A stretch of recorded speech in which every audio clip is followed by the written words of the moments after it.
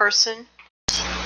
I corresponded with a person who was a viewer of my channel back in July of this year who wanted me to document an experience that he had with what he came to believe was a fallen angel. I decided at that time not to make the video after I prayed about it, but given the situation that just occurred in Appalachia and watching a video in Appalachia of some similar anomalies currently there, I've decided to go ahead and share this person's account. These are some photos that the witness took in 2013. They are orbs, which he said morphed. The witness used to be involved in summoning the orbs, but he said he is not involved in that anymore.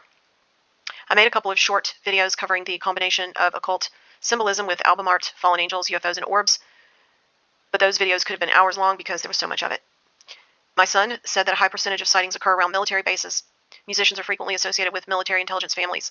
Many are likely either bloodliners or MKUltra victims. The same with actors and actresses. The alien agenda in movies is also prevalent. The film industry is heavily influenced by military intelligence also, especially in the script writing. All of this causes speculation that military intelligence at the higher levels is involved in somehow summoning these entities. There are definitely some people involved in summoning activity currently, and there are those who have been involved in this actively historically. Some of that evidence will be covered in this video. So I'm going to play some of a video that this witness sent me. It's not one that he took, but it's one that another person took about 10 years ago. And it's showing orbs, which look like they are morphing. And in this YouTube video, the title says that this appearance is the result of a summoning. All right, I'm just going to play this here.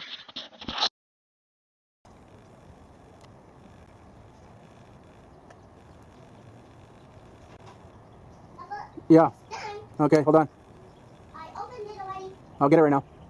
I opened it. Hurry so I just speak again.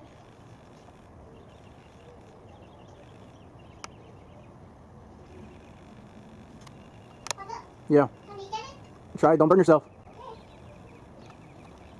On the carpet.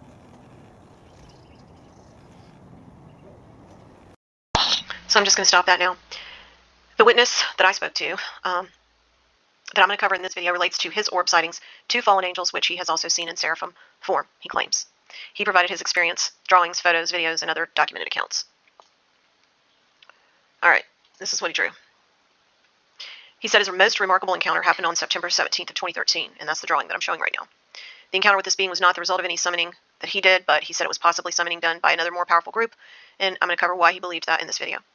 He said he did engage in summoning activity after this encounter in 2013, which resulted in this being appearing to him in orb form, which are the first photos that I showed. He said after having previously, frequently having seen orbs, he was driving in Ottawa, Ontario, Canada, when this thing flew towards his vehicle and eventually ended up flying parallel to his vehicle. He said it stared at him, and then it landed in a field. And then when it landed, its tail became legs. And this is a drawing of that. He said he thought another car saw it also because they almost crashed into each other and shared a scared look. Okay.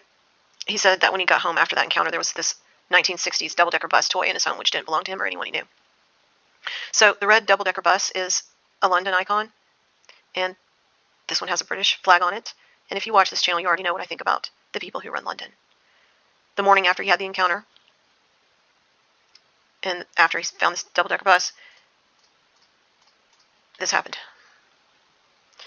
A double-decker bus was hit by a train in the same location that the witness encountered the being, and it killed 6 people and seriously injured others. And that news article can still be found online, covering the bus-train collision on that date in Ottawa.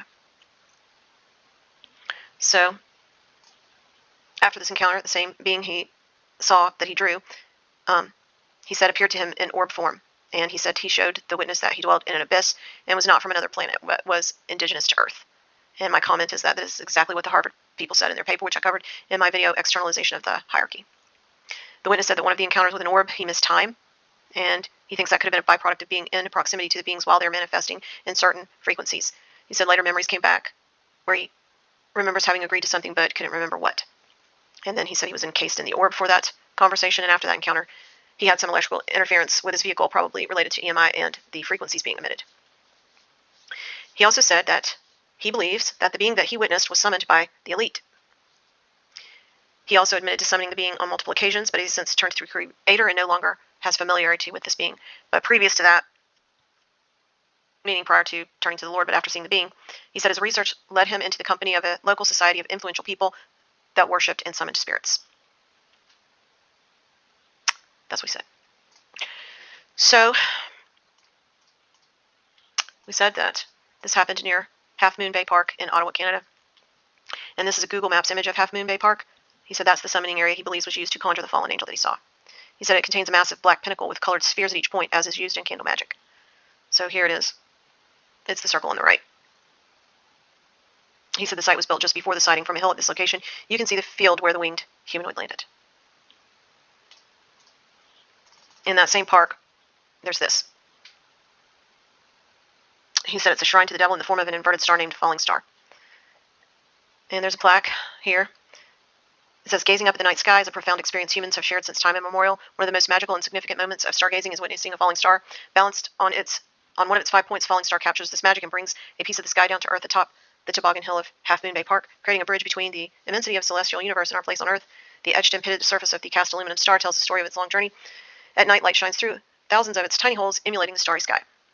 So the witness said that on the morning of the sighting, a completely charred body was discovered in a field proximate to where the being landed, and such is in line with sacrificial methods. He said that at Half Moon Bay Park, I gotta find this photo. The whole design is based on astronomy and magic. The standing stone circle, which you can see right here in the upper right, those are standing stones, is a sacred grove hidden in plain sight. The Half Moon Bay location is situated on converging fault lines. Some say that electromagnetic anomalies at such locations correspond to paranormal hotspots. The fallen star even lights up at night with 1,000 points of light, which is, again, an occult metaphor used by Bush Sr. to describe his New World Order. The inverted star is a symbol for the devil. Bush Jr. also said in his inaugural speech, "Do you not think an angel rides in the whirlwind and directs the storm?" This work continues, the story goes on, and an angel still rides in the whirlwind and directs the storm. So I'm just going to quote Jeremiah 25:32. Behold, evil is going forth from nation to nation, and a great storm is being stirred up from the remotest parts of the earth. So, just which angel is guiding the storm? I'll show the drawing again. He said that in a dream, the being showed him the gate to the abyss and how he was able to travel between that realm and our own. So per this witness, he said that these beings, speaking of the orbs and the fallen angel in seraph form, in their place of origin are energetic in nature. They're not carbon-based life forms like us. They exist in the same space as us, but within parts of the visual light spectrum that human eyes are not designed to observe. They are living energy of sorts. Their ability to tune in and out of different layers of reality accounts for most of their encoding characteristics, such as being present while unseen, appearing as orbs of light that can traverse through solid objects, shape-shifting, and dream communications. They can pass through walls and doors, appear and disappear at will. They can be summoned and communicated with telepathically. They also cause EMI, which tells us that they are sources of very powerful radiation. He said that the entity appeared to him in orb form many times. So 2 Corinthians 11:14 says, "And no marvel, for Satan himself is transformed into an angel of light." Job 2:2 says, "And the Lord said unto Satan, From whence comest thou? And Satan answered the Lord and said, From going to and fro in the earth, and from walking up and down in it." And Revelation 12:9 says, "The great dragon was hurled down, that ancient serpent, called the devil or Satan, who leads the whole world astray. He was hurled to earth, and his angels with him." So the Bible describes the devil as masquerading as an angel of light, appearing as a serpent, and also as a being that walks on legs, and this could not be possible unless the beings could in fact change their form, as our witness described. And as you can see here. Okay. Toy bus. He said that he shares my sentiment concerning London as a satanic stronghold. He said, as far as Buckingham Palace crowd, you may find it interesting that the sighting occurred just a day or two prior to the annual Club of Rome meeting that took place in Ottawa in 2013. As a group as powerful as that group may have had something to do with the presence of the winged humanoid. He was told by an occult leader that groups like these had people, very expensive people, that they contacted to have such manifestations take place. He said he had no evidence aside from Half Moon Bay Park to back those claims, other than to say that he was a well-credentialed man who shared that information in confidence with no justifiable reason to fabricate such a claim. So I'm just going to read a little bit of what Gary Wayne wrote in his book about the Club of Rome. He wrote, "The Club of Rome, formed in 1968. The organization contains less than 100 members, whom are all CFR members. The Club of Rome is alleged by some to report to the Committee of 300. They claim to hold the keys to world peace and global prosperity through world government. In 1973, the Club of Rome commissioned a report that was complete with contrived and anticipated apocalyptic problems and offered solutions. The organization's stealthy purpose is to oversee the regionalization and the unification of the entire world, which it has deviously divided into 10 political and economic regions." Gary Kah relates the classification of his commission as one level higher than the Bilderbergers is a Rex Deuce spawned organization. So that's related to the Plantagenets, which I'm going to talk about later, a little later. All right. The witness also said, "Authorities are happy to fuel speculations of otherworldly origin as a cover for their operations. Terrestrial factors must be considered when viewing the topic. The spheres of light are definitely spiritual in nature. Many witnesses see an orb of light and assume it to be something technological because popular culture has programmed their expectations to be in line with that modern technological view. For this reason, I believe that more people are seeing spirits than they realize. Today we see a light in the sky, and many presume it to be a piece of highly engineered technology. I think the ancients had the same habit of ascribing these sightings to chariots, which to them was the foremost piece of highly engineered technology of their time. Judaism calls orbs Merkaba and describes them as divine light vehicles. Some types of angels called Ophanim are also referred to as chariots of light. He said, I've heard that angels take great risk when manifesting physically, as in that state some say they are at their most vulnerable. They are much safer when acting unseen or in energetic form. He said he'd not read the Bible at the time of the sighting, but from what he knows now, everything that he saw was spoken of accurately within its pages. He also sent me something about Joseph Smith, and since I've covered Mormonism, I'm going to go ahead and include that. He said, Joseph Smith received a visitation from an angel whom he called Moroni on the autumnal equinox, September 23rd of 1823. The Moroni encounter shares too many uncanny similarities with my experience not to be in some way related. The dates of the sightings were both near the autumnal equinoxes. Well, we're near that now. Prophecies about Quetzalcoatl say that he would return on the autumnal equinox. The pyramid at Chichen Itza marks the state with the descending shadow of the serpent caused by the structure's precise astrological alignment to the sun on those days of the calendar. Joseph Smith gave the name Moroni, meaning dark one. I called what I saw the gray one without knowing of his experience. Quetzalcoatl was also portrayed as a gray-skinned deity. Joseph Smith also reported a variety of supernatural and orb experiences associated with his experience of seeing Moroni. According to Joseph Smith, the angel showed him that angels were present in the ancient Americas. The same information was given to him in the process of working with the Gray One, he said. So I myself, Cindy, did poke around on Google Earth to see if I could find anything significant about the area in Ottawa, Canada, where he saw the being near Half Moon Bay Park. And I'll mention a couple of things. There is a township relatively close called Plantagenet. It's a Franco-Ontarian township located about 40 miles from downtown Ottawa, and it is named for the House of Plantagenet.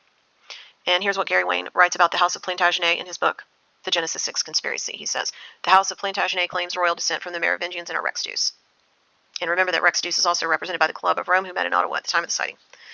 The Plantagenet of Anjou was a junior offshoot of the royal Pict. The Cid of Anjou, the Pict of Scotland, were the infamous third race of Tuatha De Danann. The title King of Jerusalem is an ancient Rex Deuce title of legacy and inheritance that claims the physical and literal rights to Jerusalem. This Rex Deuce title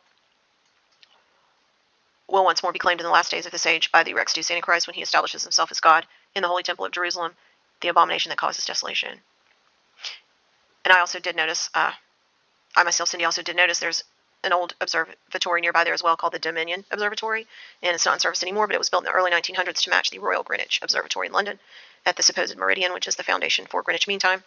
According to Tom Horn, scientists at the Lucifer telescope on Mount Graham said that so many orbs were visible through that telescope sometimes that they had to wait for them to get out of the way before they could focus on other cosmology they were studying. Thanks for listening.